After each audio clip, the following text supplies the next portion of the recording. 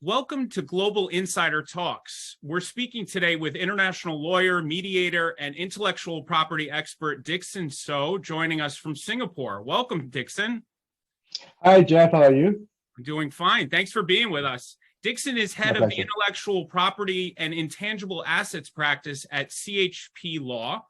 He has more than a decade of experience in IP law, helping clients around the world understand the importance of developing an IP strategy for their business. So let's jump right in. So Dixon, when I say intellectual property as a business term, I think of this, its broad meaning, right? It doesn't only include very sophisticated technology or designs or methodologies, but it also includes a company's brand, correct? That is correct, Jeff. I think what happened is that most businesses around the world are only focused on the legal construct of IP, which usually come in the form of patent, copyright, trademark. These are easily identifiable items. But as you go into the modern business itself, right, it includes other things like your domain names, your data, how do you manage it, and the list goes on. So you help companies develop their IP strategy, yep. And you help them develop their IP footprint. Tell me more about, like, what does that mean? Okay, I think when I look at things itself, I look at how complex the modern business is. They are very mobile and very global. So that's where the footprint comes in. You can't start a business looking at just your home jurisdiction. Your expansion plan would include at least your region.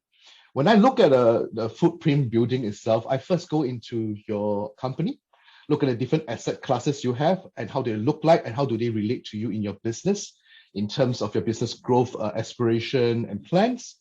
And from there, I formulate something that is actually helps you to actually grow the pool of assets.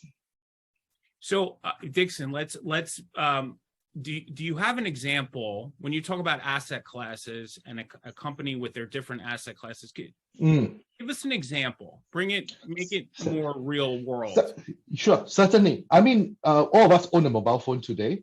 Each mobile phone contains about 250,000 patents inside. And that's just a patent class itself. You're talking about branding, you're talking about the data you generated from use, and these are all the different items itself. When I look at asset class, I look at the product. Let's look at product itself. One product itself in most business look at it as one singular IP. I will have to disagree with them because each product contains a facade of IP. Like I mentioned earlier, in terms of the mobile phone, you have your data that run through it, you have your branding, you have your patents, and as you create games, etc., those are part of copyright too. So when you look at the business itself, right, it's very important not to lose focus that this is just what I'm selling. Because what you sell is dependent on what your asset can support, and each asset has a connection with your business. Right. So, okay. So now the critical question for you is, the company is developing a product, say like a mobile phone. Sure. They obviously have to think into the future of what the capabilities of that product would be, right? How is it? I mean, it just seems quite overwhelming. How does that company make sure that every step of the way they're protecting their assets? Yeah, I think, Jeff, that's a really good question. What we are looking at, I think that's actually what the model of IP strategy is about. So one of the problem with patents itself is that it's only reflective of the state of technology of your product as at the date of application. And after that, it goes on the examination stage. There's nothing wrong with that. That's a process.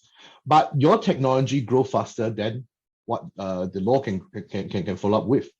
So when you are developing a product, I don't suggest you to file multiple patents in quick succession. That is actually very heavy on your books. What you want to look at is that when I'm developing my product, when I'm doing R&D, what are the output? How do they look like? How can I use them? Are they something that is actually naturally known to the industry? It means a skilled workman will actually understand how to use it. You may not want to make it so obvious, so you can pack them under know-how as a bucket. But where there is something that you can see that, hang on, this is going to be the next Gen 2 and Gen 3, and I'm going to harness energy for a bit, you will park them under trade secret. And in between itself, there are things that you want to release to the market to actually encourage investors to look at you. You can put in into the bucket of confidential information and maybe harness that a bit and build a narrative around those. Understood. So you're patenting the trade secrets in order to go out there and test the product with the market without the risk of it being stolen. Sure. That's why it is essentially, just so you got spot on that, because the patent itself is actually open to the market, so everyone can see it. So when trade secret comes around, it's something that actually within the company owned, you discovered it. So you're going to keep it locked up in your drawer, and at certain time, maybe part of it can be patented to actually protect a certain part of your market forward.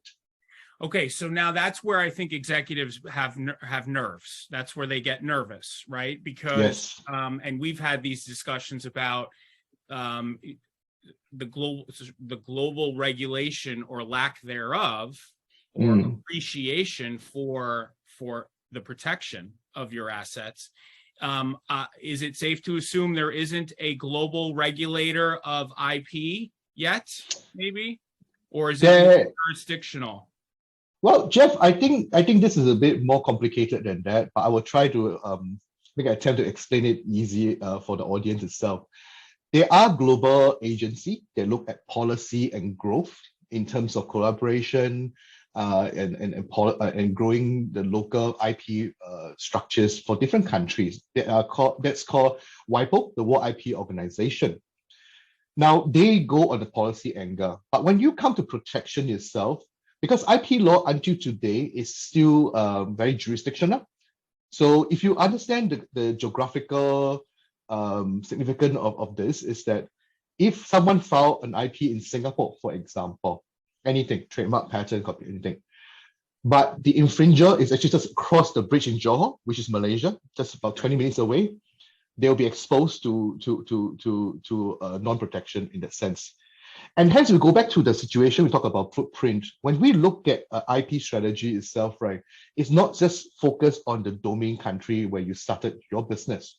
Right. You're looking at where you're going to plant it across, what are your primary market, where your secondary market, and whether there's any organic growth in the region somewhere that you need to take care of. And that's where it's very important to actually get your strategy right at the start. So when you're developing an IP strategy with a company, say, we'll take your example, they're based in Singapore. Are you speaking with them about their plans for expansion of this product and where they're planning on selling it? And do you have to help them gain these protections in all of those different jurisdictions?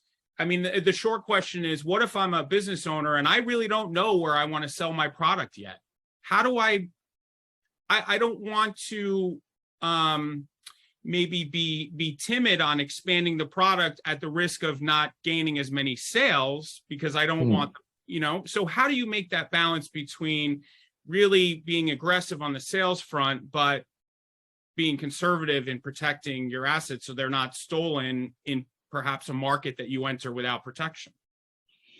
I think, Jeff, you really spot on this in terms of the concern of the innovative enterprise today. What I would say is this: whenever someone comes to me, I will ask two primary questions. Number one is are you filing an application because it's related to your business or revenue? The concept is very simple. You won't buy a house, pay the mortgage, pay the rates, and not expecting to live in it or enjoy revenue from it. Same thing with IP is an asset. So you need to align in that sense. That's number one. Second thing, I will ask for that next 18 to 24 months business plan. You should get people a bit jittery because it's like, oh, why do you need my business plan? Because I need to help you to structure your filing or approaches, depends on where you want to go. Some example I would say is that there are, as I mentioned before, there's three markets to look at. One is a primary market. The first few markets you enter into, those you have to secure them before you walked in. Once you walked in to the market with the correct protection, you build your business as we go. No problem. But as your business grows, you can have a good problem. Where am I going to go next? And that's where the secondary market will come in. So with that itself, that's how I structured it. The idea is very simple. While it's important to protect your IP, filing or making application for registration is not the only way. It's just one of the many ways. That's number one. Number two, it's just not sensible or business savvy to just file everywhere in the world and burn your books. Because Right. you have limited resources, and for each dollar, right, you need to allocate it to the right direction Sure. to make sure that ROI makes sense. Right, because there's an expense attached with protecting your intangible assets, obviously. Yeah. Perhaps as a growing small business that has a product that's new, innovative, that's never been released before, you know, perhaps the executive decides to maybe cut some corners and leave themselves open to risk. So if I'm, I know we shouldn't ever generalize necessarily on regions of the world, but so if I'm a US business owner, just for the sake of ease here for this conversation, and I am looking to, as part of my business strategy is to develop a product in the US and expand into new markets, what would some of the advice be that you would give them, and what are some of the, I hate to put you on the spot here, but what are some of the countries where you would maybe have them hesitate to expand to, where these protections aren't necessarily as strong? Yeah, Jeff, I'm not sure I'll agree with you on the country itself. The way I look at to be wary of, I think when you talk about wary of, it's about awareness, understanding the local conditions and the local mode of practice itself. When we look at expansion plan itself, where they're going, first thing first, it's not IP leading it. It's where the demand and consumers are. Because in the business itself, you take risk. That's the reality. As much as lawyers doesn't want to recognize that, in fact, I don't want to recognize that. Right. It's the honest truth in terms of that direction. The other thing to look at is when you look at the region itself, there'll be pockets of country whereby the different level of economic development and legal development. It's important to get the right partner to understand the region, to guide you through. It's like, look, these are certain idiosyncrasies you need to work with, and these are things that you need to be very careful about. And so, So if someone wants to come to Southeast Asia, where you're right, in the middle, you could potentially help them with many of the markets right surrounding Singapore, correct? That's correct. In Singapore, I mean, I'm just one of the many very capable lawyers who are actually in the field of IP. And traditionally for IP lawyers, even in your region itself, we are required to understand not just our home country where we have our practice certificate, but we need to understand how the region works, because IP is so dynamic and business is equally dynamic. And we put the two together, it will be quite a shame if you only focus on just one country itself. Yeah. Dixon, you are an incredible resource and a very good partner of Factum Global. Thank you. My last question is sort of more on the personal end, and that is, what drew you to this type of very specialized law? What was interesting about it? Well, Jeff, I probably didn't tell you this before. So law wasn't my first calling, but I wanted to do a degree in criminology, but somehow, let's just say I lacked the commitment to follow through with a career. It's just something I'm really interested in. But as I got in touch with IP in particular, what I can see is that unlike other pieces of law, IP celebrate humans. You look at copyright, it celebrate expressions. You look at trademark, it celebrate business inventiveness. And you look at patents, you're talking about creating a whole new items process to really come to the aid of the human world. And with that itself, I feel very comfortable to develop that right at the doorstep of my graduation. And I've been seeking, and I have been very lucky to be able to follow through with this part of my career. Well, thank you for sharing that, a little personal tidbit with us. I appreciate that. Well, we're just about out of time, Dixon. So thank you very, very much for joining us for this episode of Global Insider Talks. For more information on Factum Global and our Global Insider Talks series, or to sign up for our newsletter, please visit factumglobal.com. Thank you.